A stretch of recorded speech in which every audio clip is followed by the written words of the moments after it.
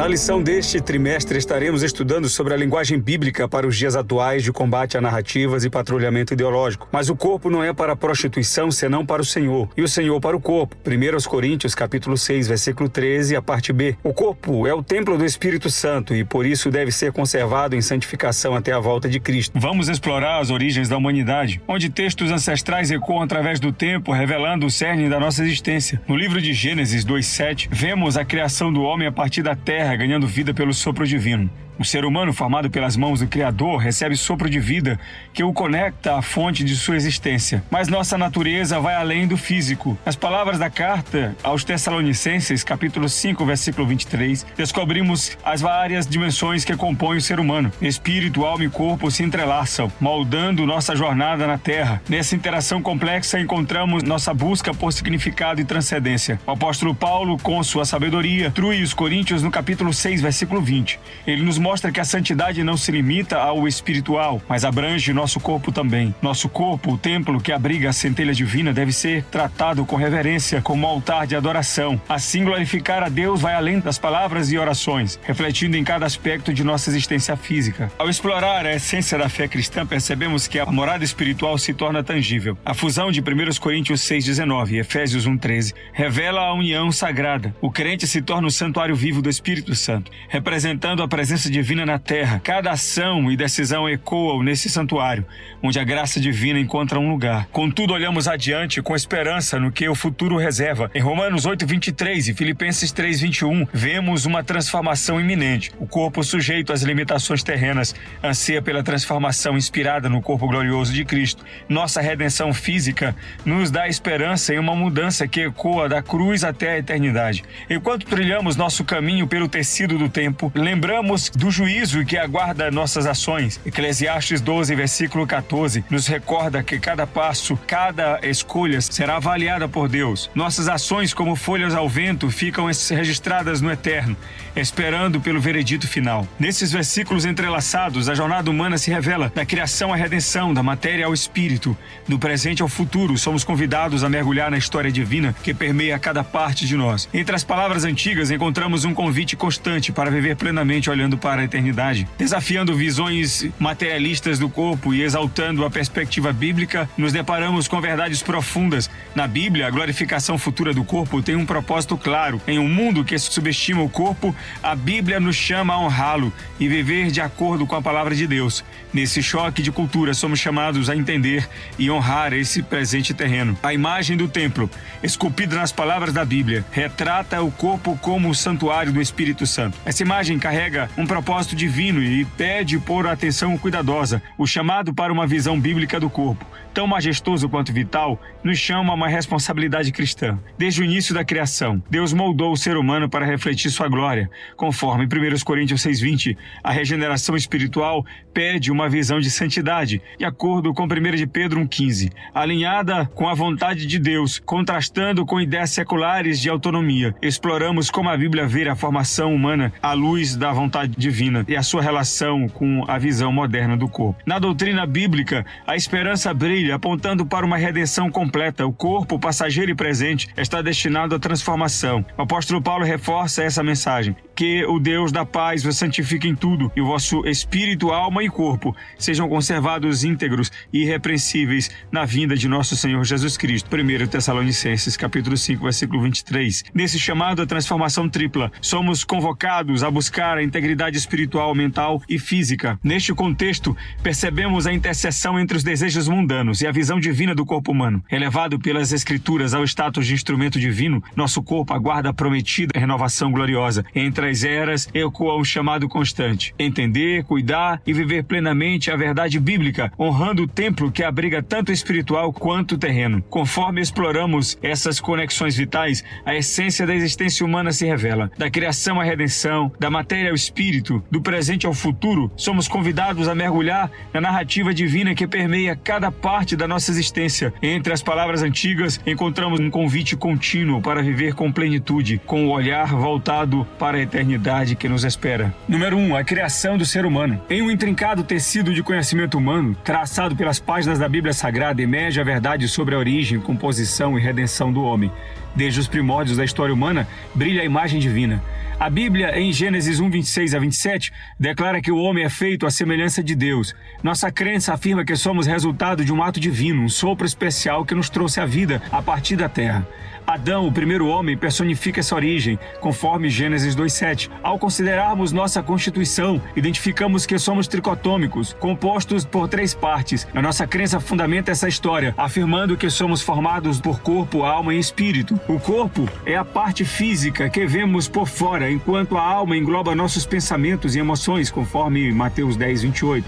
O espírito é o elemento que nos conecta com Deus e nos dá a vida espiritual. Romanos 8:16. Em Jesus, vemos esse arranjo completo com o espírito, alma e corpo em unidade. Além disso, a promessa da transformação futura está presente nas Escrituras, conforme 1 Coríntios 15:52. No entanto, a história humana não é isenta de desafios. A queda de Adão afetou todas as dimensões do ser humano. Romanos 5:12. Para a teologia pentecostal, qualquer influência em uma parte de nós reverbera no todo. A vida espiritual não está separada do corpo. Ambas estão interligadas, conforme 1 Coríntios, capítulo 6, versículos 19 a 20. Essa ligação é claramente expressa nas palavras de Paulo sobre glorificar a Deus tanto com o corpo quanto com o espírito. 1 Coríntios 6:20. Diante deste cenário, a Bíblia nos conduz através da narrativa da criação, da complexidade da tricotomia e de anseio por restauração. Nas linhas das Escrituras, a imagem do ser humano é pintada com cores da divindade, entrelaçando espírito, alma e corpo. Em um mundo marcado pelo pecado, a Bíblia nos oferece a promessa de redenção completa, que restaura não apenas partes isoladas, mas a integralidade do ser humano, conforme 2 Coríntios 5:17. Assim, as Escrituras nos convidam a explorar a riqueza do nosso ser, inspirando-nos a viver em conformidade com o desígnio divino. Deus criou o ser humano e o constituiu de corpo, alma e espírito. O apóstolo Paulo não desvincula o corpo da discussão sobre o pecado. Ele destaca que o corpo pode ser tanto instrumento do mal quanto instrumento da justiça. A batalha entre essas forças se desenrola em terreno físico, mas o verdadeiro problema reside no pecado, não no corpo em si. A divisão entre o bem e o mal ganha vida no corpo, mas este é apenas o campo de batalha. A Bíblia celebra a dignidade do mundo material, do corpo humano e do próprio universo. A encarnação é um testemunho disso, sublinhando que Deus não só valoriza o mundo material, mas também o incorpora em sua própria natureza. O corpo é o veículo da alma, uma expressão externa da vida interior. O corpo não é uma prisão para a alma, mas sim uma linguagem que a alma usa para se comunicar.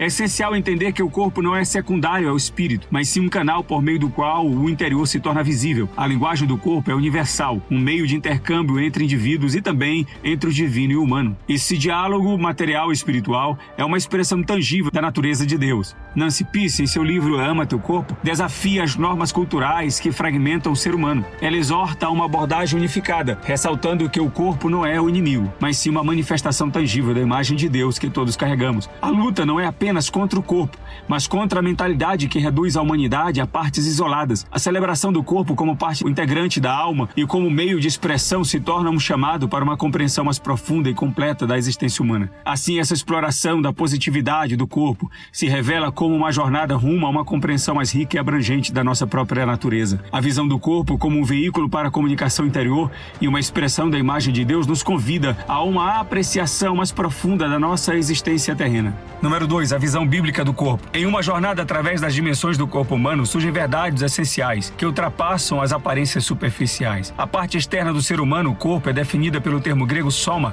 Outra expressão grega para corpo é sarx. Quando se refere ao corpo físico do homem, também indica a parte visível e material da natureza humana. Envolvendo a dimensão visível e material da natureza humana, o corpo é o invólucro transitório que abriga a alma e espírito. O envelhecimento e a morte marcam sua jornada, quando a alma e espírito se desvinculam. Conforme Tiago 2,26, que diz: porque assim como o corpo sem o espírito está morto, assim também a fé sem as obras é morta. A conotação negativa, muitas vezes associada ao corpo, deriva de sua conexão com a natureza pecaminosa, não de sua parte material em si. O corpo não é mau por ser matéria. O corpo se ergue como o templo do Espírito Santo, uma morada que pertence ao Criador. É uma ligação sagrada, um testemunho de união com Deus. Designado como membro do corpo de Cristo, o corpo do crente é santuário, convocado a evitar a impureza e a imoralidade, conforme 1 Coríntios capítulo 6, versículo 13. Mas o corpo não é para a fornicação, senão para o Senhor, e o Senhor para o corpo.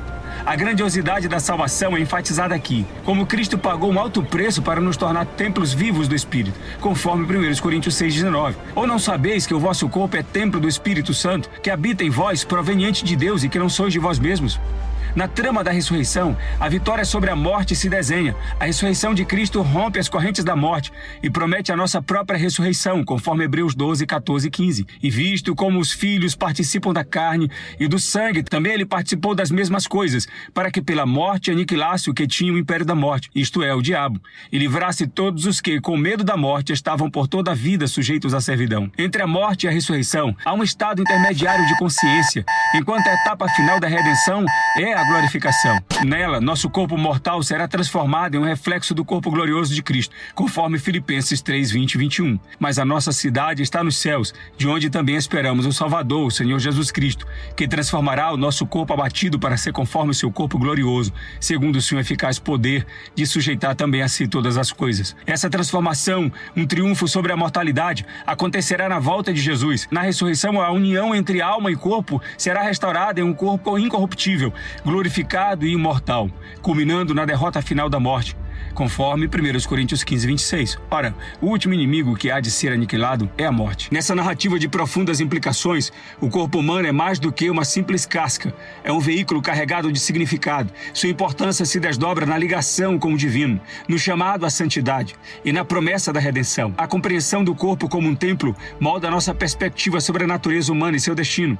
A visão bíblica do corpo tem a ver com o exterior do homem, como imagem de templo do Espírito, com a ressurreição e a glorificação final. A reflexão sobre glorificar a Deus através do corpo traz à tona a possibilidade de quebrar os grilhões da escravidão do pecado. Uma resposta a essa libertação é apresentada como um convite à adoração através do corpo, uma resposta que ressoa com a graça divina. O chamado a glorificar a Deus no corpo é expresso tanto nas palavras de Paulo em 1 Coríntios 6:20, quanto em Romanos 12:1, onde somos convidados a oferecer nossos corpos como sacrifício vivo, agradável e racional. Nancy Pearce, em Ama Teu Corpo, enfatiza o emocionante fato de que Deus deseja se relacionar conosco em todas as dimensões do nosso ser, inclusive no físico. A interação com Deus não é limitada ao aspecto espiritual, mas envolve todo o nosso ser integral. Assim, o texto ressalta a possibilidade de liberdade do pecado e a resposta apropriada a essa libertação, que é adorar e glorificar a Deus por meio de nosso corpo. Isso nos lembra da importância de abraçar nossa identidade física e espiritual, reconhecendo que Deus nos ama plenamente. Número 3. A visão secular do corpo. Em um exame profundo das relações do ser humano com seu corpo, emergem desafios contemporâneos que moldam nossa visão da existência. Nos tempos modernos, a busca incessante por prazer e a fuga do sofrimento conduzem ao hedonismo, doutrina que concorda na determinação do prazer como bem supremo, e ao narcisismo, que é um conceito da psicanálise que define o indivíduo que admira exageradamente a sua própria imagem e nutre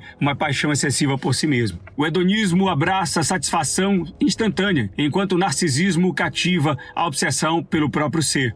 Esses impulsos se manifestam na busca do corpo ideal e na ostentação pelo reconhecimento. Nesse cenário, Paulo lembra que, embora tudo seja permitido, nem tudo é apropriado, conforme 1 Coríntios capítulo 6, versículo 12, parte A. A sexualidade criada por Deus como parte da humanidade é distorcida pela erotização excessiva. Embora o sexo seja puro, sua perversão deturpa o seu propósito. A cultura contemporânea, saturada de erotismo, incita práticas ilícitas e promove a libertinagem. Paulo alerta contra a submissão a esses impulsos, lembrando que a liberdade não deve resultar em dominação, conforme 1 Coríntios 6:12. Todas as coisas me são lícitas, mas eu não me deixarei dominar por nenhuma. O livre-arbítrio é um dom divino, mas com ele vem a responsabilidade. Embora tenhamos autonomia, nossos atos estão sujeitos ao julgamento divino, conforme Eclesiastes 12:14, porque Deus há de trazer a juízo toda a obra e até tudo que está encoberto, quer seja bom, quer seja mal. Ideias secularistas, entretanto, difundem a banalização do corpo,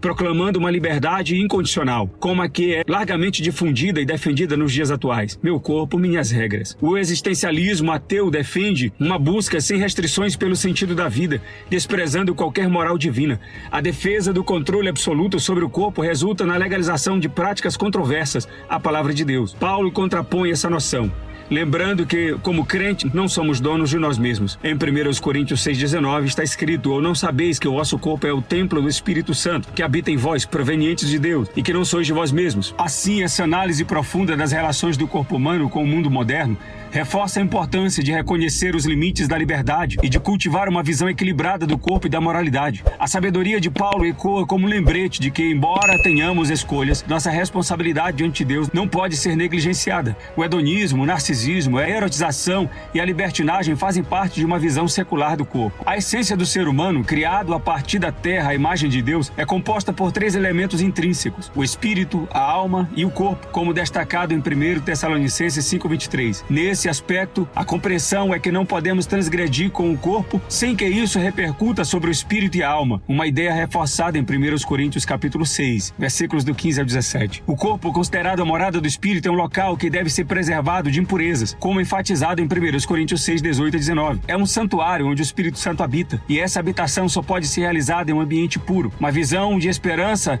é expressa em 1 Coríntios 15, 52, onde é mencionado que na segunda vinda de Cristo os corpos dos crentes serão transformados em um estado glorioso. Nesse panorama, é crucial abandonar a noção depreciativa do corpo. Em vez disso, deve ser reconhecida a importância de cuidar do corpo com diligência, uma vez que ele é a morada do Espírito. O princípio de cuidar e preservar o corpo em santidade deve ser seguido pelos indivíduos que são parte da família de Deus. Portanto, a presente lição nos lembra da complexidade da composição humana, do relacionamento intrínseco entre corpo, espírito e alma, e da necessidade de honrar e proteger o corpo como um santuário habitado pelo Espírito Santo. O chamado à santidade, ao cuidado do corpo, é um reflexo da nossa conexão divina e da esperança de transformação futura.